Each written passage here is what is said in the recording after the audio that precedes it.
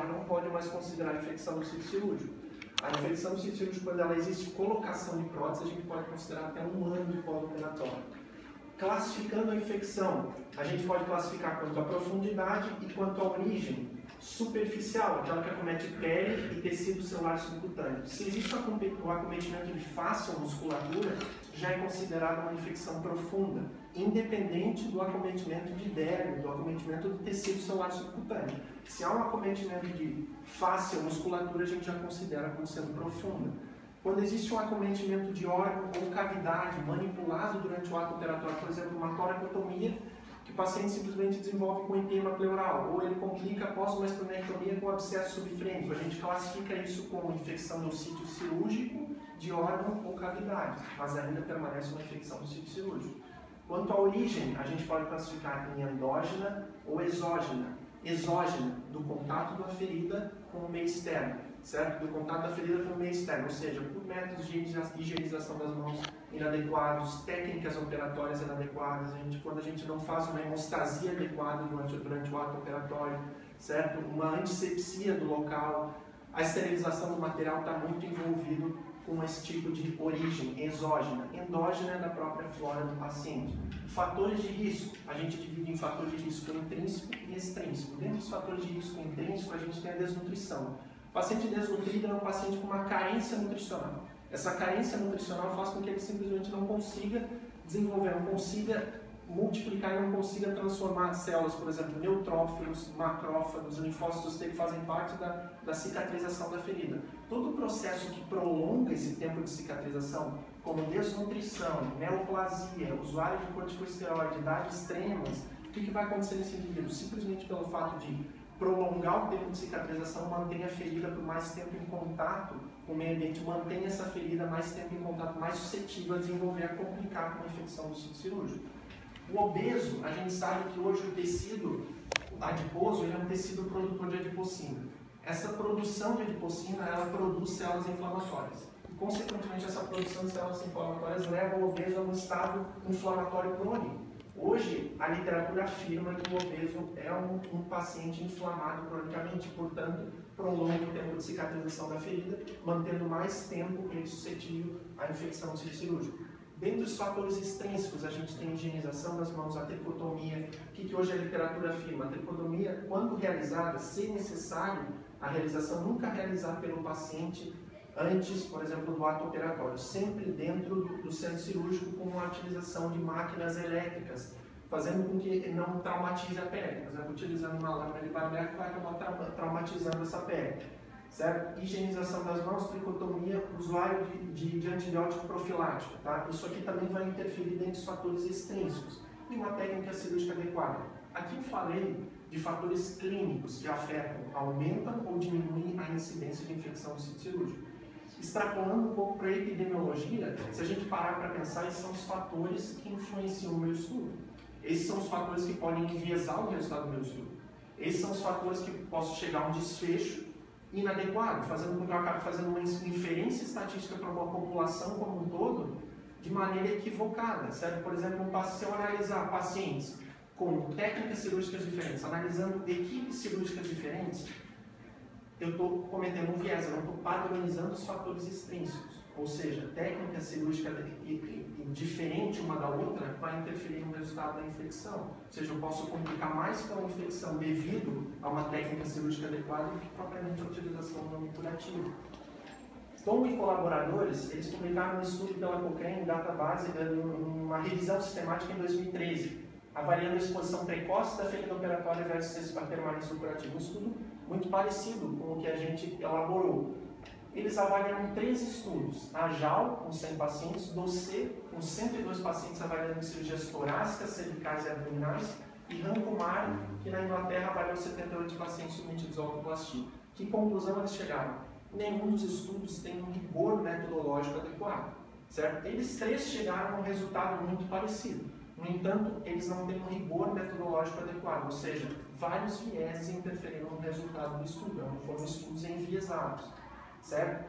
Diante disso, diante da dificuldade de a gente encontrar estudos na literatura comparando a utilização ou não do curativo, a gente tem vários e diversos estudos avaliando a infecção do sítio cirúrgico. No entanto, a avaliação de curativo ou não é ainda escassa na literatura. É uma infecção que aumenta a mortalidade, aumenta o tempo de internação, aumenta os custos cirúrgicos e é uma importante causa de complicação no paciente operado. Diante disso, da escassa literatura que a gente tem sobre o caso, a gente elaborou a seguinte pergunta de pesquisa: existe diferença com relação à incidência de infecção no sítio cirúrgico utilizando o curativo oclusivo em comparação com a não oclusão da ferida? Diante disso, a gente estipulou um objetivo geral: avaliar a ocorrência de infecção 30 dias após a alta em pacientes submetidos a cirurgias limpas ou potencialmente contaminados, comparando o uso contínuo do curativo oclusivo versus a ferida sem oclusão. A gente dividiu em dois grupos: um grupo que permaneceu com o curativo até 14 dias de pós-operatório e um grupo que depois de 24 horas não realizou curativo mais algum, eles simplesmente saíram sem o curativo e avaliou se isso realmente interferia ou não no processo cicatricial da ferida, se realmente interferia no processo de desenvolver da complicação de infecção do sítio cirúrgico. Como objetivos específicos: analisar demograficamente a população, avaliar se a infecção ocorre mais no paciente diabético ou menos no paciente diabético, avaliar a taxa de infecção comparando o IMC dos pacientes, associar a taxa de infecção relacionando ao potencial de contaminação das cirurgias. E realmente aquilo que está na literatura foi um dado que a gente encontrou: quanto maior o potencial de contaminação da cirurgia, mais chance de eu complicar com a infecção. E associar a taxa de infecção conforme a utilização ou não do curativo, avaliando se utilizar ou não o curativo realmente traz benefício ou uma complicação para esse paciente no futuro. Método: é o tipo de estudo, é um ensaio clínico randomizado. Participantes são pacientes que realizaram cirurgia limpa ou potencialmente contaminada no período de agosto a dezembro de 2014. A amostra foi constituída por 107 pacientes, sendo que todos foram submetidos pelos mesmos procedimentos cirúrgicos na mesma equipe cirúrgica, certo? Foram procedimentos diferentes, mas é a mesma equipe cirúrgica, a mesma rotina empregada: antibiótico, profilaxia, tricotomia, métodos de antisepsia, esterilização do material, foi tudo de uma maneira padronizada, de modo que a gente evitasse aqueles vieses, aqueles fatores que eu falei anteriormente, aqueles fatores extrínsecos que poderiam enviesar o resultado do nosso estudo. O estudo foi realizado no Hospital São Francisco de Assis, em Santo Amaro da Imperatriz. Participantes: no início a gente fez o quê? Primeiramente realizou um sorteio, certo? Esse sorteio avaliou que o primeiro participante a gente ia submeter ele a um curativo por 14 dias. O grupo A são pacientes que que utilizaram o curativo continuamente. O grupo B, pacientes que realizaram a retirada precoce do curativo. A gente então sorteou o primeiro paciente e ele caiu no grupo A.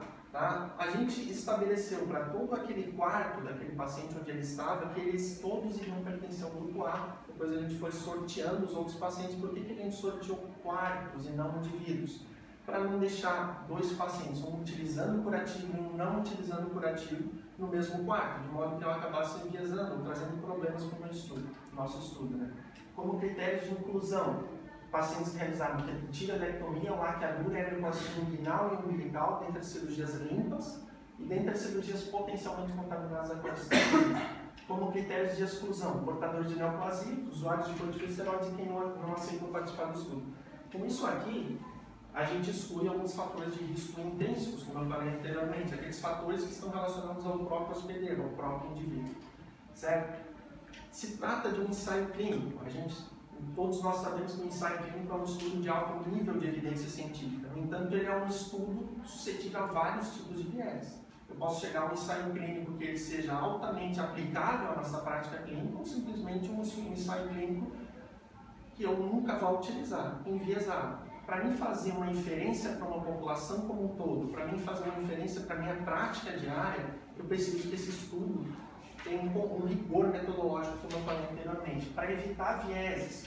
Os vieses a gente divide basicamente em vieses de seleção e vieses de informação. Dentre os vieses de informação, para evitar viés diagnóstico, todos os pacientes eram analisados pelos mesmos 2 cirurgiões. Certo? Esses 2 cirurgiões, eles avaliaram esses pacientes e diziam se tinha infecção ou não tinha infecção. Eu não interferi no resultado, esses 2 cirurgiões eram capacitados para dar o diagnóstico de infecção no sítio cirúrgico. Certo? Para justamente evitar. É claro que, por se tratar de uma amostra de 107 pacientes, vários pacientes vieram de diversas localidades, sendo que 2 especificamente deles foram analisados por outros 2 profissionais, sendo que esses profissionais iniciaram antibiótico terapia. A gente contabilizou esses 2 pacientes como infeccionados. Mas a grande maioria da população, a gente, para evitar esse viés diagnóstico, avaliou basicamente por 2 cirurgiões, certo? Para evitar viés de perda de segmento, todos os 107 pacientes retornaram 14 dias depois do pós-operatório. Todos eram obrigatoriamente tinham que retornar, certo? Quem não retornou foi excluído do estudo. Então, todos os pacientes retornaram, foi aplicado um protocolo de pesquisa, todos eles foram analisados, eles foi retirada a sutura, analisada a ferida operatória, todos eles foram fotografados, a gente tem fotografia da incisão desses pacientes, justamente para evitar perda de segmento. Hoje a gente vê na literatura muita perda de segmento, essa é uma principal diferença desse estudo comparado ao que a gente encontra na atualidade sobre o tema. Para evitar viés do observador, hoje a gente tem na literatura, ainda é difícil a gente encontrar critérios ainda sobre infecção, diagnóstico de infecção de sítio cirúrgico, ainda muito controversa na literatura, sendo que padrão ouro, claro, é cultura da secreção, mas seria inviável a gente realizar em todos os pacientes. Para evitar viés de observação, hoje a gente encontra vários profissionais fazendo o quê? Diagnosticando, às vezes, vendo uma decência de sutura e dando antibiótico. Às vezes, vendo uma presença de fibrina, que é diferente da secreção purulenta, e dando diagnóstico de infecção. Certo? Então, o que não é considerado infecção? Para evitar isso, a gente padronizou justamente aquilo que eu falei, uma mesma equipe cirúrgica, apenas 2 cirurgiões avaliaram as feridas. Para evitar o viés do entrevistador, para o pesquisador não induzir a resposta, o que a gente fez? A gente elaborou um protocolo de contato telefônico. A gente entrou em contato telefônico com todos os pacientes 7 dias e 30 dias do pós-operatório. Para evitar que o pesquisador induzisse uma resposta no paciente, em determinado grupo, a gente padronizou, desde bom dia até muito obrigado pela atenção, era feito exatamente assim, para evitar vieses de entrevista no resultado da pesquisa. Certo? Variável independente do estudo, é uma infecção do sítio cirúrgico, aqui estão as variáveis independentes do estudo. Procedimentos, o grupo A, o grupo que permaneceu com curativo diário até a retirada dos pontos, mais precisamente 14 dias. O grupo B, curativo por 24 horas após a cirurgia apenas, depois saíram sem a utilização do curativo. Acompanhamento por telefone no 7º e 30º dia de pós-operatório. Os pacientes que a gente não conseguiu entrar em contato, eles foram automaticamente também excluídos do estudo. Foi então adotada a mesma equipe cirúrgica, uma padronização das técnicas empregadas no pré-operatório, padronização do método de tricotomia, uma padronização das técnicas cirúrgicas empregadas e foi realizado antibiótico profilático de 2 gramas de cefalexina em todos os pacientes. A gente fez isso justamente para padronizar, para fazer com que o resultado do estudo fosse o mais fidedigno possível. Instrumento de coleta de dados, o protocolo de contato telefônico, desde o bom dia até o muito obrigado pela atenção, foi padronizado. O protocolo de pesquisa foi aplicado em todos os pacientes com 14 dias de pós-operatório, avaliando hemorragia, deiscência, hiperemia, secreção purulenta, abscesso, a presença ou não de fibrina, certo? E foi, consequentemente, todos os pacientes analisados pelos cirurgiões. Análise estatística, o Excel 2003, SPSS 20.0, teste do pi quadrado exato de Fischer, aspectos éticos fundamentado na resolução 466/12, aprovado via CEPA-Sul. Os riscos mínimos ao se abordar o paciente por telefone eram os riscos que o paciente era submetido, que eram mínimos, e como benefício eles tiveram a monitorização da evolução da cicatrização da ferida operatória. Como resultado, o que a gente encontrou? 64 dos 107 pacientes analisados pertenciam entre a faixa etária 10 a 45 anos. Feminino, 78 pacientes dos 107 eram do sexo feminino. Aqui se incluiu a laqueadura, por isso a gente tem essa diferença, essa discrepância, e 105 pacientes eram da cor branca. Bom, para mim falar de infecção do sítio cirúrgico, a gente tem que basicamente entender sobre a cicatrização da ferida operatória. Tá? Sem entender sobre cicatrização, a gente não tem como falar de infecção. A cicatrização da ferida operatória se divide em 3 fases. Fase de inflamação, proliferação e maturação. Na fase de inflamação existe um predomínio de neutrófilos, macrófagos e linfócitos T. Eles são os que participam dessa fase inflamatória. 24 horas em 2 dias de pós-operatório. Depois disso vem a fase de proliferação, predomínio de fibroblasto, que é estimulado pelo próprio neutrófilo da fase de inflamação a ser produzido, que é o fibroblasto. Ele tem a função de promover a quê? A fibroplasia. Fibro de fibroblasto, plasia que vem do grego de formação, processo pela qual o fibroblasto participa da formação do novo tecido epitelial. Qual é a função do fibroblasto? Praticamente produzir e depositar colágeno. Tá? Essa produção e depósito de colágeno faz basicamente Se a gente entende a ferida operatória como um buraco, mais ou menos, ali existe um depósito de fibrina, ali existe um depósito de colágeno importante, funcionando como um arcabouço, de modo que depois por cima vai vir um epitélio. Se eu jogar o epitélio por cima, sem o colágeno, vai cair para dentro. Eu preciso de um arcabouço, que é a função do fibroblasto. Por que eu estou falando isso? O paciente diabético, ele é um paciente que sofre, tem uma diminuição do nível neutrofílico, certo? Tem uma diminuição de linfócitos macrófagos, ele tem uma dificuldade na fase inflamatória. O fibroblasto simplesmente não consegue produzir colágeno como deveria, ele tem uma dificuldade na fase de proliferação. E na fase de maturação, de uma forma muito esperta, o nosso organismo ele faz o quê? Aquele buraco que é cheio de colágeno, ele faz o quê? Se eu tiver que depositar epitélio nessa área, é uma área extensa, certo? O miofibroblasto, que é a função contrátil, ele faz o quê? Ele fecha o buraco da ferida, certo? Fazendo com que o epitélio por cima seja uma área menor do que aquela anteriormente, certo? Então a gente consegue entender a função do miofibroblasto na maturação. O paciente diabético é um paciente que tem um miofibroblasto simplesmente fraco, ele não consegue fazer essa contração, ele tem uma dificuldade, certo? Então, diabetes é um importante fator de risco para o desenvolver de infecção do sítio cirúrgico devido a esses motivos. O que a gente encontrou? Infecção do sítio cirúrgico, 1 era diabético e 3 não. Quer dizer que o paciente diabético infecciona menos? Não. O que a gente pode entender? Que o paciente diabético, ele não fez hiperglicemia no pós-operatório. Eles eram compensados no pré-operatório e no pós-operatório. Essa compensação no pré e pós evitou com que esses pacientes infeccionassem, né, certo? Então, essa compensação, evitando a hiperglicemia pós-operatória, foi o que evitou esse aumento de incidência nos pacientes diabéticos. A gente nota que 3 dos 4 que infeccionaram tinham um IMC acima de 24,9, como aquilo que eu falei. O tecido adiposo simplesmente ele produz adipocina, produzindo célula inflamatória. É uma situação de inflamação crônica, é um paciente que retarda o processo cicatricial. O que a gente nota?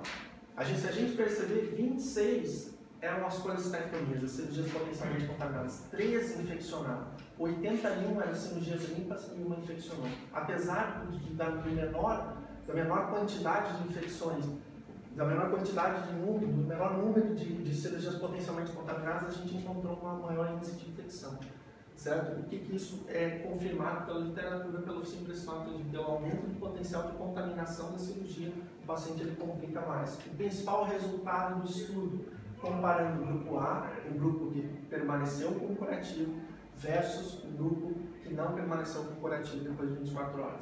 A gente nota que no grupo A, veio 3 infeccionados. No grupo B, o grupo que não permaneceu com o curativo, não infeccionou. Eu posso afirmar que o curativo infecciona mais? Não. Certo? Isso pode ter sido do acaso. Epidemiologicamente, a gente não tem como afirmar isso. O que eu posso afirmar? Que dos 107 pacientes, 4 infeccionaram.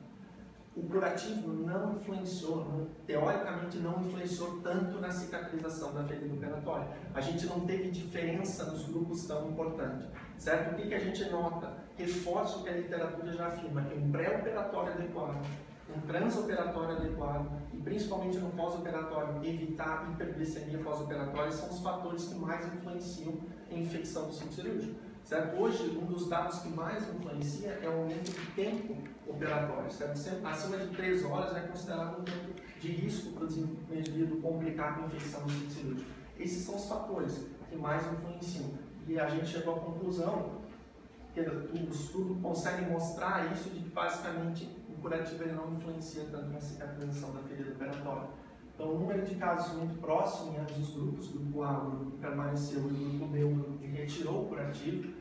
A remoção precoce não alterou a taxa de infecção e, além de ser uma prática onerosa, demanda tempo e atenção do profissional. Existe uma crença por parte dos pacientes e de alguns profissionais da saúde com relação à utilização do curativo. E a gente pode chegar à conclusão de que o que mais influencia realmente é um pré-operatório adequado, é um transoperatório com hemostasia adequada, e um pós-operatório, principalmente evitando hiperglicemia no pós-operatório, vai mais influenciar, vai mais beneficiar esse paciente. A cicatrização dele vai acontecer mais rapidamente, consequentemente o paciente não vai desenvolver tanto infecção no sítio cirúrgico quanto o paciente que não tem esses fatores compensados. Como conclusão do estudo, a exposição precoce da ferida operatória em cirurgias limpas e potencialmente contaminadas não aumentou a taxa de infecção no sítio cirúrgico. Aqui algumas fotos 24 horas de pós-operatório. Vocês podem ver, a gente padronizou também o método de sutura. Sutura intradérmica, Nylon 2.0, sendo que quase a totalidade dos pacientes fui eu mesmo que suturei. Participei da grande maioria das cirurgias desses pacientes. A gente conseguiu padronizar esses métodos justamente para evitar os viés, como eu falei anteriormente. Com 14 dias, a evolução dos pacientes.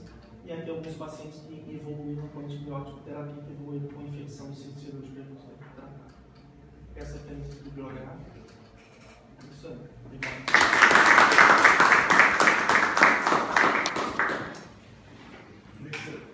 Tomasse o assento, você esteve no tempo adequado, e eu vou fazer os comentários na parte final, passar